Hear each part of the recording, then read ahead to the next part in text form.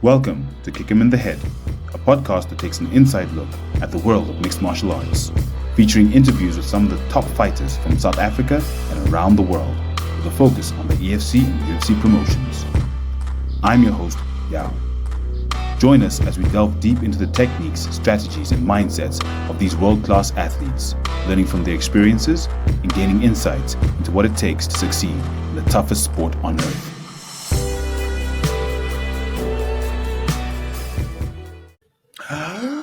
Shahid. My man, I said How it. you doing? I said it, and The I blonde did it, hair, man. the champ has a name. He has And it's- arrived. And it's two Bronx, baby. You know what I'm saying? you know, people. I had to do it. I had to do it. I had to come out with it. It looks fresh. I'm happy. Even if it didn't, I would have still done it because that's how much we love MMA here, man. Hey. And with the love that we have for MMA, I think this weekend's round of UFC fights, the last that we have for the next 2 weeks, was very interesting. Unfortunate main event. Very interesting happenings from a very interesting fighter called Bryce Mitchell. Tell us more. What happened?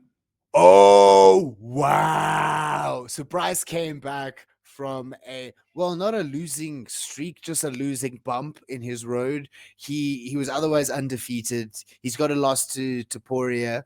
But I don't think anybody's talking about the win. Poirier was his second loss. Poirier was his second loss. Who was his first one? Losses, man. I just like rub them out for certain people. I can't remember who is. You don't pay attention to losses. There's no point. But he was coming off a loss from Topuria, yes. Yeah, he was coming off. That was the most memorable one because Topuria, he showed himself there, and that's why I remember it because it was a win for Topuria rather than a loss for Bryce Mitchell. But very true. Let's go into what actually happened, man. So he beats Dan, and hey, you know how Bryce went on about the camo shorts. So he's for me, Bryce Mitchell is content gold. I follow him on Instagram. I follow him on Twitter. He is insane. Thug Nasty is actually his fighter nickname. So we should actually be calling him Bryce Thug Nasty Mitchell to be precise. But he came with his Bible. He felt very religious. And can you just give the people what they want to hear? What did he yell? Freedom! Was definitely walking in and being introduced at the fight. And I think for me, I don't want to say it was cringe, but a lot of people are saying that you shouldn't bring religion into the octagon. But I agree with Dana White, who said, look, if you are who you are, bring who you are into the octagon. That's it. If that's who you are, that's who you are. If you're the style bender, that's who you are. So bring it. So look, I'm all for it. But like you said, very interesting. But Khabib did it. And maybe when everybody was going on, he was like, I know you all not like this, but alhamdulillah, Allahu Akbar. And that's religious. That is religious. And he brought himself to the octagon and he brought himself to the UFC, and people have always responded to it. And that is the beautiful thing about it. It's, you know what, in all walks of life, in all religion, in all spaces, people can connect on one thing, and that to say God is great on stage, and maybe not people don't maybe understand the context of it, but for me as a Muslim person, it was actually really beautiful to hear it. And maybe for Christian people, it was awesome to see Bryce holding the Bible out there. So to each his own. To each his own. Marina Rodriguez versus Michelle Woodson Gomez. We called Woodson Gomez and we were wrong.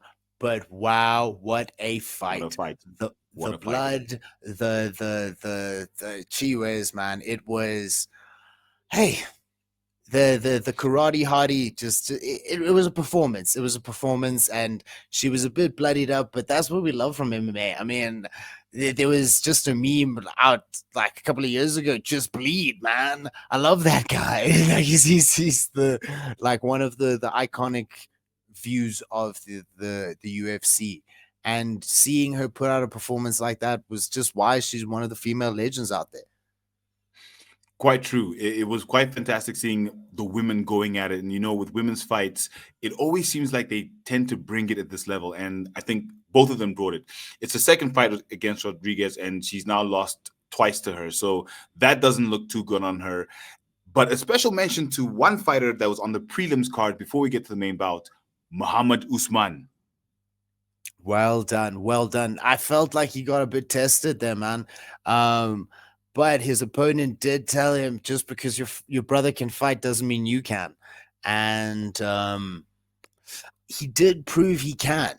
He certainly proved he can fight. And it will just be interesting to see how good he actually is, and to see him really be tested in the UFC in the big guy division, man. So for anyone who doesn't know, Muhammad Usman is the younger brother of Kamaru Usman, and he fights in the heavyweight division, and he's savage. Yeah, man. For people that didn't know, cheers. But what was not entirely savage, but was a win for Mateus Gamro, was a torn ACL in his fight against Rafael Fiziev. Sad, sad, sad. We always hate to see a fight ended in injury that wasn't intentional. I mean, if somebody goes out like that, that's the big thing, right? As long as it's intentional, it's always good. If I didn't punch you there, or I didn't make you tap, then it's no good. It's no good at all. ACLs and all that sort of stuff, we hate that. Hate it. Yeah, it was an unfortunate end to that fight, but I think a few people called out Mateus Gamrot on social media for celebrating, as you said, a win that was not intentional. Although other people were saying, look, if someone gets hurt from your defense, why would you not celebrate? So, there's different schools of thought on that. But yeah, I guess I'm one of those guys that I want to hurt you and know that it's a win, and know that I hurt you. But yeah, other than that, honestly, that sounds like something that Ian Gary would say. And I think Ian Gary has now been matched up against Vicente Luque. And I think that might be the energy that he's taking into that fight.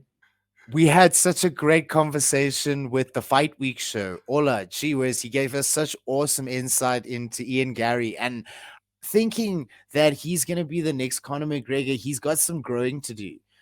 People are feeling that his vibe is forced, and in some regards, maybe, yeah. But you need to do something to be on the headlines, man. And this is a big fight for him.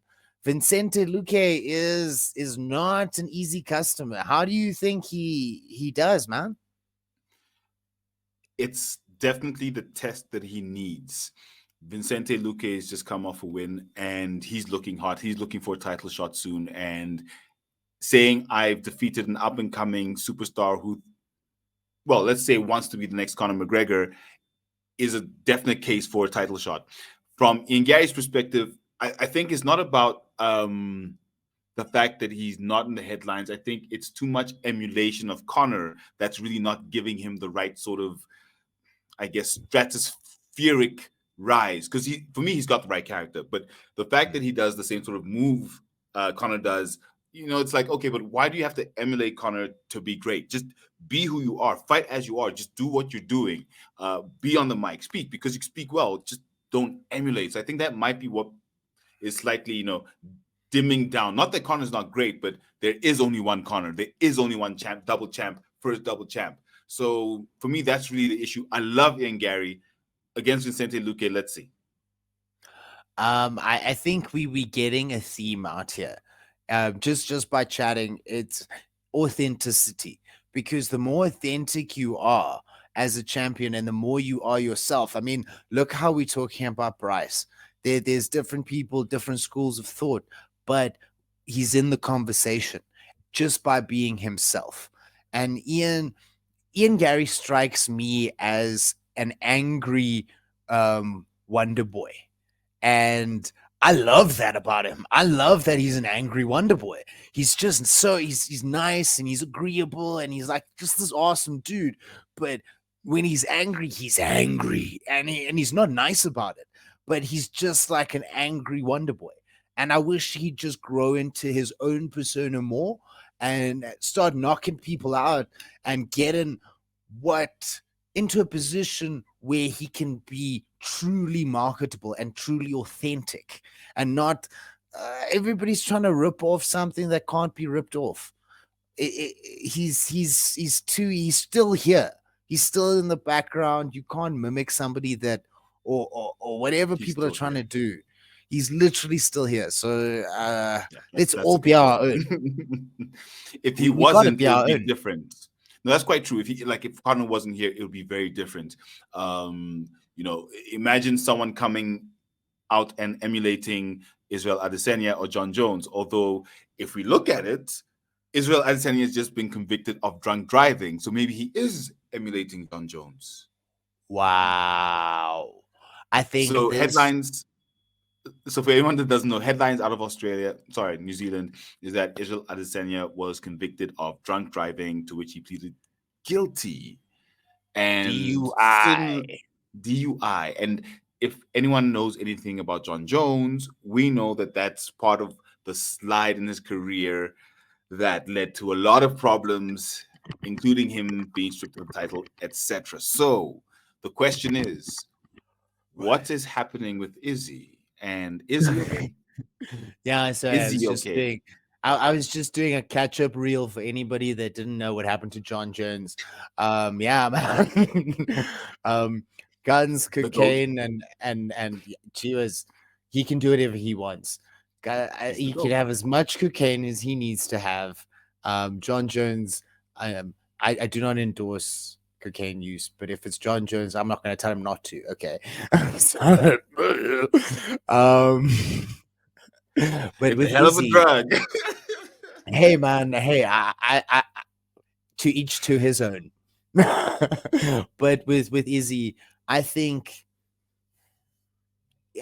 I don't know if you've seen, there's a movie out about his life, and I think we've seen this with a lot of superstars, and that's exactly what Israel Adesanya is. He's a superstar, and he lost to Alex Pereira. He won against Alex Pereira, and now he's lost against Sean Strickland, somebody that he should have beaten convincingly. Everybody feels it. Everybody knows it. That's why everybody's going on about a rematch.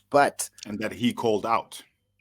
Exactly. So I think Izzy is a victim, same like Usman, of being an active champion. Where we haven't seen, like, everybody goes on about Khabib, big time, and Khabib didn't defend his title enough, and everybody's got a lot of things to say, like Leon is like Kamaru Usman would have had 10 fights in the time that they did to make Leon versus Colby. So being an active champion, you run the risk of getting got, and is he got, and for anything, there's times where you come out and it's just not your night, and that's MMA. But I think the pressure of being such a big superstar and all these things happening to him at once can be quite overwhelming, and I think we as people and as fans just need to step back and give Israel what he needs, is like, say we're there, because as fans, we are here for you, champ. We do believe in you. We do think that you're going to do great things still. You're still a legend. You're still awesome. And don't let the pressure get you down. It's hard. It's hard being the champ. It's always been hard. I mean, look at Mike Tyson. Look at all of these people. It's hard. And maybe we need to give him a little bit of a break. I just think he just needs a break, man. Look, I agree with you 100%. Although someone who doesn't need a break is Sean Strickland. What's next for him? Who's next for him? What's happening in the middleweight division? Because no one's really stepping up and talking. Everyone's kind of just seemingly waiting back and waiting for the rematch. But who's there? Like who's making the right sort of noise? And this is the whole thing, is that now Izzy and Sean were the two biggest voices in the middleweight division. And the unfortunate thing is now that Izzy stopped talking and Sean is the champion, there's nobody to direct the division. Izzy was one of the most active champions in the UFC for a very, very long time. He was calling out people all the time, next fight, next fight, next fight, next fight. And nobody's got that direction. Everybody's like, okay, when does Izzy say who the next fight is? Everybody's sitting waiting for him to call the shots. And even Sean doesn't know how to be the champion, because this is the first time he's ever been the champion in the UFC, which is the biggest worldwide MMA promotion. And it is different to every other promotion. It is the promotion that everybody strives for. Sean has reached the mountain, and Israel made it look easy. He made it look easy to be the champion. Then everything went to his head. He started painting his nails, and Sean did exactly what you should do. You attack these things, and you make fun, and you make headlines, and you get a title shot. Now we need somebody else to do that. And I would love for Drickus to come in and say something like a Boersels, it's done. And like he said, julle sal fit wat ons fit altyd. You know what I mean? He was like, you know what I know, but you know me. So yeah. Look, he needs some coaching, if you ask me. He needs some coaching from the current EFC Middleweight Champ JP Kruger, because I love his English Afrikaans mix. He nails it every time. He hoys apples everywhere. It's fantastic. I love it. But hey, how's the Tinkerbell? We love you guys. Wholesome interim middleweight champion, and I wish him the best of luck. That we're gonna chat about that soon, guys. Yeah, hey, but comment, like, subscribe. There's an interview with him on our Instagram, on our YouTube. Definitely, he's very, very nice guy to chat to. Another guy that's nice to chat to. Some other nice guy. Listen to me. Another guy that's nice to chat to. So people say. So Ola says from the Fight Week show is Leon Edwards, middleweight champion of the UFC. And this weekend, there was a little bit of drama at Bellator. Hey, real G's move in silence. Real like G's lasagna. Yes, there we go. Real G's move in silence like lasagna, until somebody touched their brother. And then they jump up and about to get somebody. With an elbow. Bellator was hot this weekend, guys. There was a title fight. Leon Edwards, his brother, was in the title fight going after the champion. Unfortunately, he did not make it and got KO'd. But the drama came afterwards when there was a little bit of an altercation on the floor.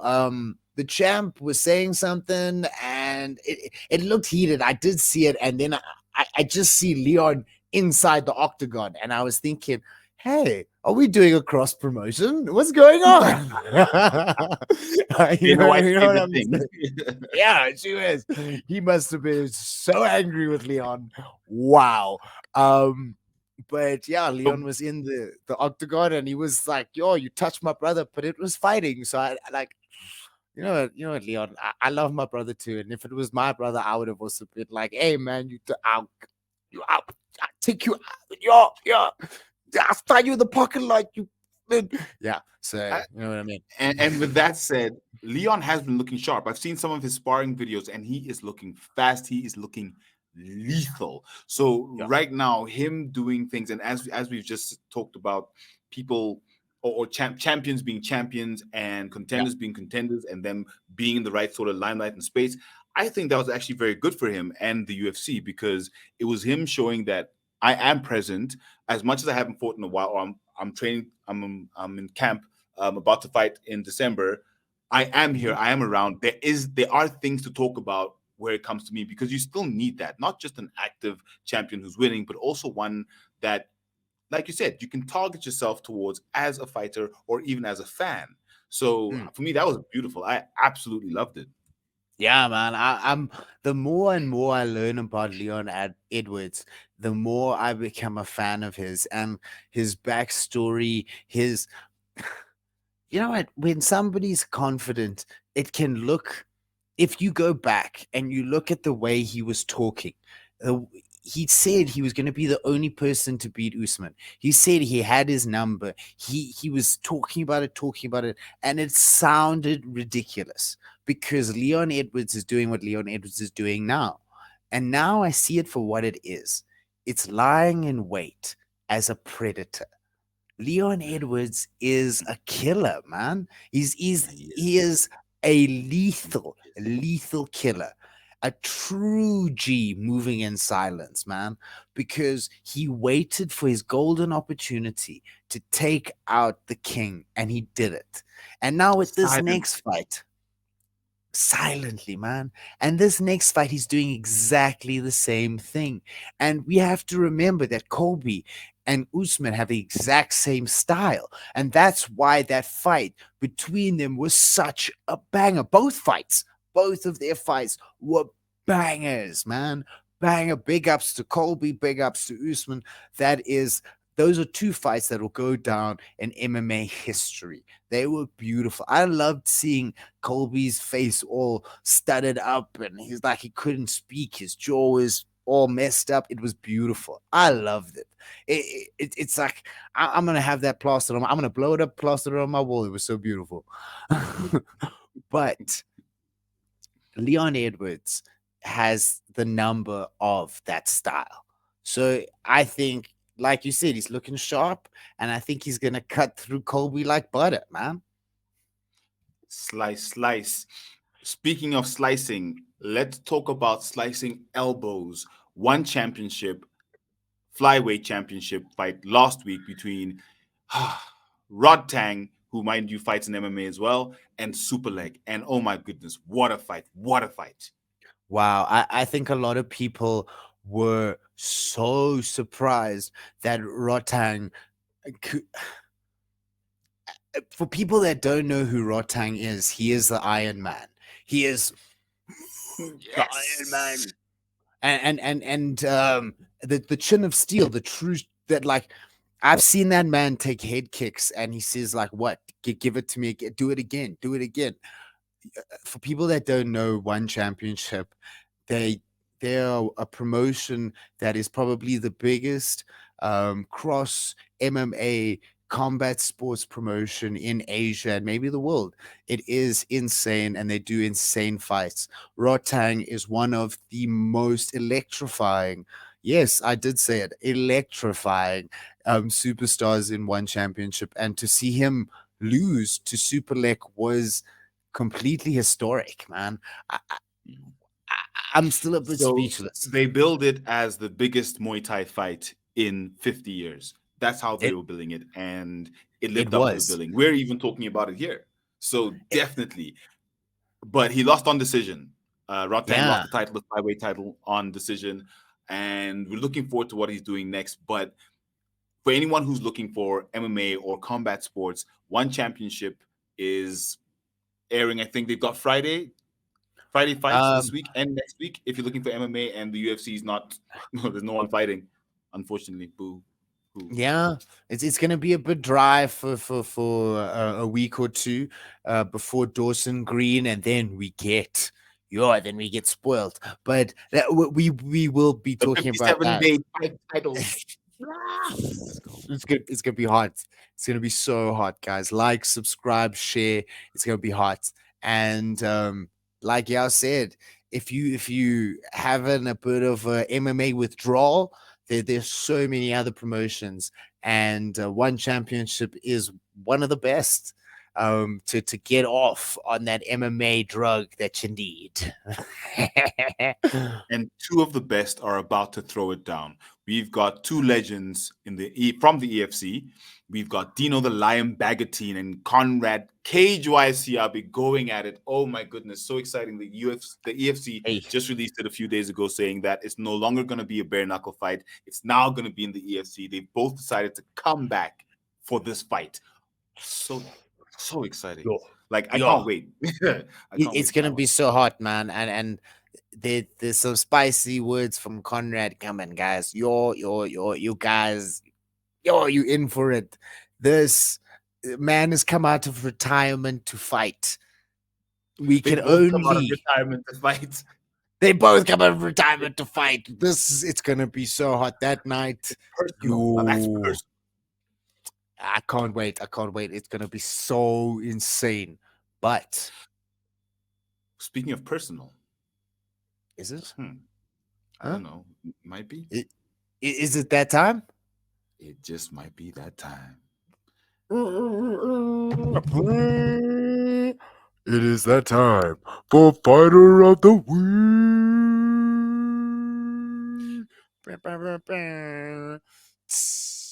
It's time!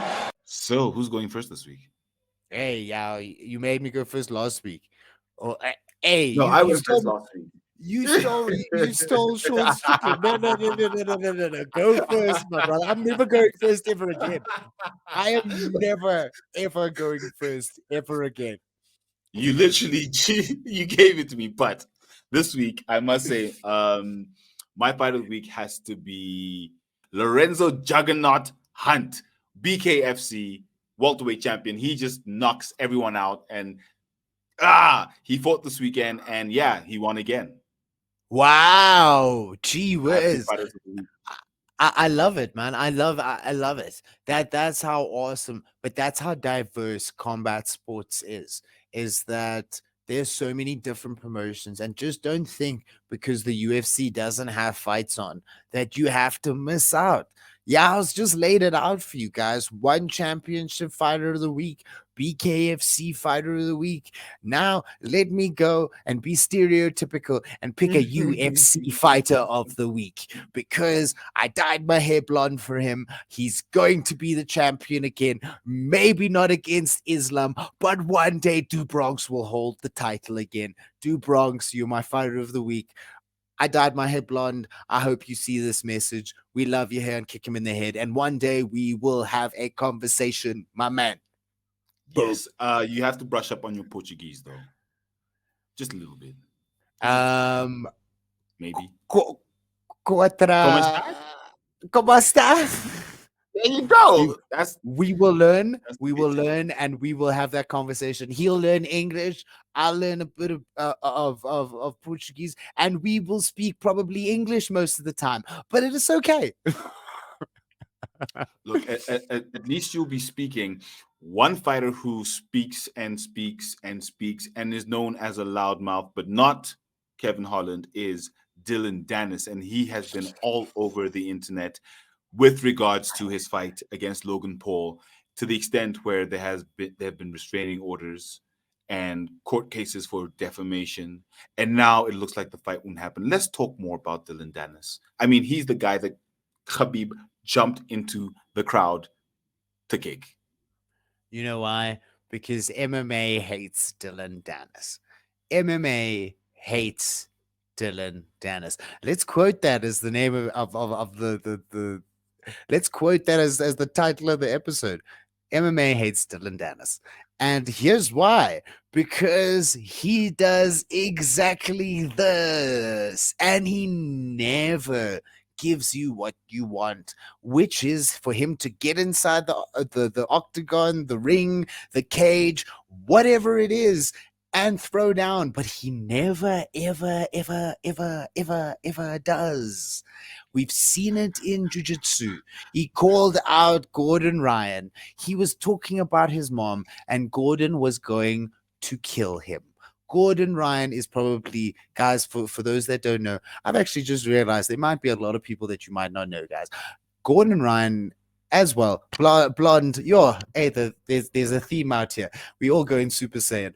Gordon Ryan is one of the greatest jiu-jitsu experts practicing in competitively today.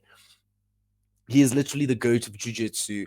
And Dillion Danis was calling him out and talking about his mom, and they never, ever, ever threw down. It was like a 3-year, 4-year, 5-year taunting session, and I hated it. I just wanted it to happen. And jiu-jitsu is not like jiu-jitsu is physical, but it's not like he's gonna smack him or anything unless we change the rules to combat jiu-jitsu, which is like a bit of a different thing. And now he's come into boxing and he is doing the exact same thing. Michael Perry said it. He's like, Dillon's probably not going to show up. So I'm here to fight Logan. I'm probably going to fight Logan. I hate Dillion Danis. I don't know if MMA hates Dillion Danis. I don't know if MMA hates him, but I certainly do as a fight fan. As somebody, and then, do you know what the best thing is that you've got a jiu-jitsu black belt. We go on about how jiu-jitsu is a legitimate form of self-defense, a legitimate sport, a legitimate fight technique. And you, as a black belt, you know what you do? You go out and some a mall cop flipping gets you in a Kimura. I don't know if it was disgusting. I don't know. It was the honestly, worst thing I'd ever seen. Up to that point, I wasn't sure who Dillion Danis was, and I thought it was just someone pretending to be a fighter. Like that's what I thought when I saw that. Exactly. And then you find out he's actually affiliated with MMA, and he's actually been in the octagon in Bellator, and like he goes on about it, striking. Guys, do you know what? We watching a Dillion Danis fight. We're gonna watch it. We're gonna watch that fight, and we are going to talk about it. So you brought it on. Going back to mic warriors versus those who are not enough on the mic, what can other fighters actually learn from Dillion Danis? Because he can pretty much get any fight he wants. Wow. But a lot of fighters can't get the fights that they want. What can other fighters learn from Dillion Danis? What is he doing right? Without being too offended, like not without, I mean, you don't have to call out people's moms and stuff, but like, how can they learn from persistence? Okay. So the things that Dillion Danis is probably doing right is the fact that we're talking about him. Negative or positive sense, I think people care too much. We've always heard the phrase, all press is good press. And this is the reason why. Because especially in the internet universe that we live in today, where information is constant and you can learn anything and everything about somebody within the click of a button. If that is your profession to be known, this man is doing an incredible job. He's known for the wrong stuff, but it's like Colby. Colby shot his mouth off enough. He's had 3 title shots in the space of I don't know how long. And his only other fight is a win over Masvidal, right? And it's only because he's a dus. He's only because he's acted like a dus. I don't know if he is a dus. Sorry, Colby. If you ever watch this, I don't know. One talks about the charade that the dus is. Exactly. And that this is where we come to with Dillion Danis, who's actually an idiot and actually like a person you want to see get hit in the face. So we like with Drickus, the Drickus situation. We need to talk about him because he's our countryman. If he wasn't, would we be talking about him? Probably not. And that's the sad thing, is that if he doesn't make himself relevant, the press reel of MMA is so quick that we forget.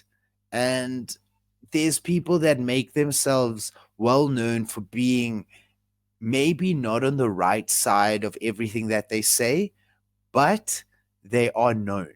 And I think we need to take, yeah? Oh no, keep going. Oh, okay, I was just okay. gonna say this is them holding a mic, not throwing a punch. It's the same action, Exactly. but with a different result. With the same result, because you can win a fight on the mic, like Connor did with Jose Aldo.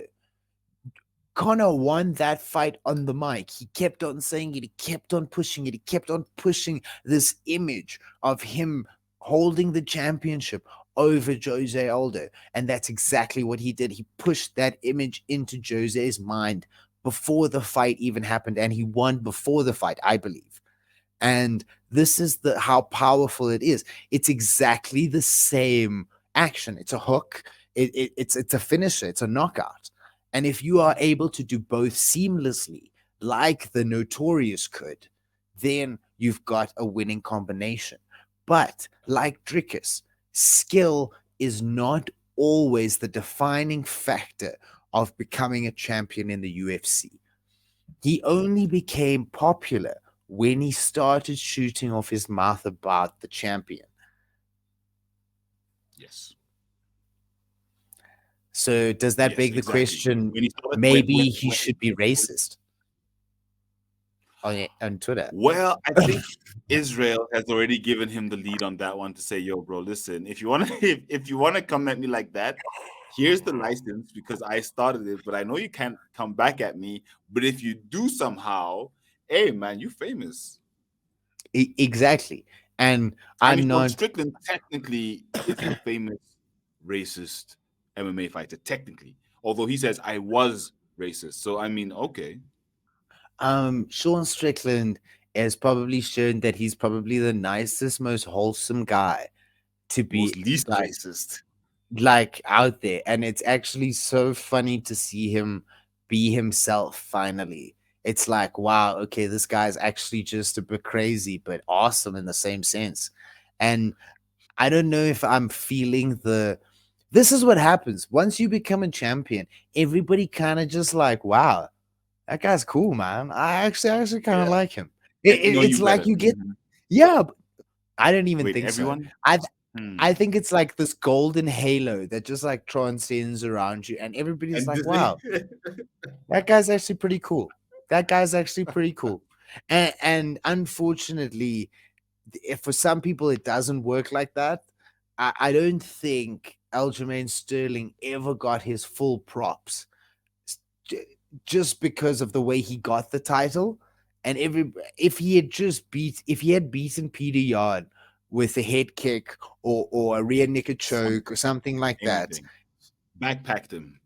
yeah, he would have been solidified. He would have gotten that halo, and then but it happened like it happened, and then he got knocked out, and then he defended, and then he got knocked out by Sean, and yeah, it's just a sad case, man. A sad, sad case which could have been ended in a specific way, but unfortunately was ended by decision. But how should he probably finish his next fight? Hey, man, you need to make sure. I think he's got to kick him in the head. Oh, I yeah, missed you it. weren't Let's watching. go You one more weren't time. watching. You weren't watching. One more You time. weren't One more watching. time. Okay, He's so got let's do to it. Kick him in the head. kick him in the head. You're not getting it. You're not. I'm going to. Am I going too early? Let's go. Let's go. Let's go. Okay. He's got to Two. kick him. him in the head. Okay, this Okay, week we didn't get kicked in the head. It's okay. Okay, ready? Okay. He's got to Kick him in the head. head. Shaheen, we'll chat again soon. I don't know what's going on, but guys, remember the best way to finish a fight is to kick him in the Kick head. him in the head. And don't forget to like, I comment, subscribe. I You got tried it. at the last, guys. Cheers, guys. Have a good one.